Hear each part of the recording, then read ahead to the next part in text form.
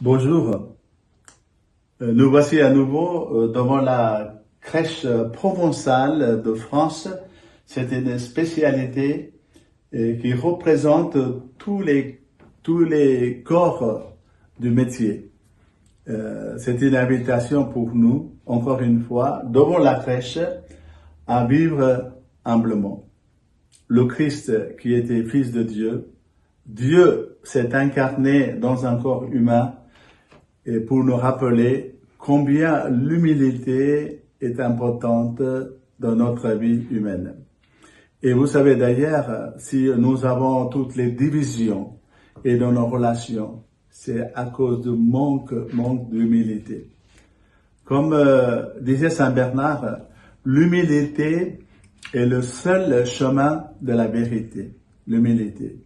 Si Saint Bernard il a cité cette phrase, c'est parce qu'il a vraiment imité la vie de Christ dans sa vie.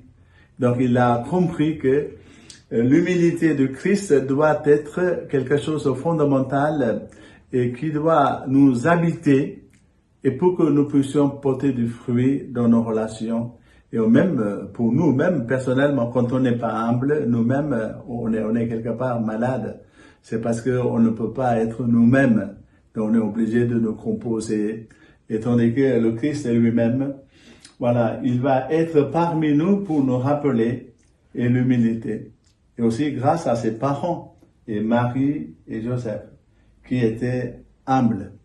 Voilà, humbles pour jouer le rôle paternel et maternel en acceptant toutes les conditions humaines, bien que le Christ, il est né dans un état pauvre, mais ça ne leur a pas manqué de vivre l'humilité.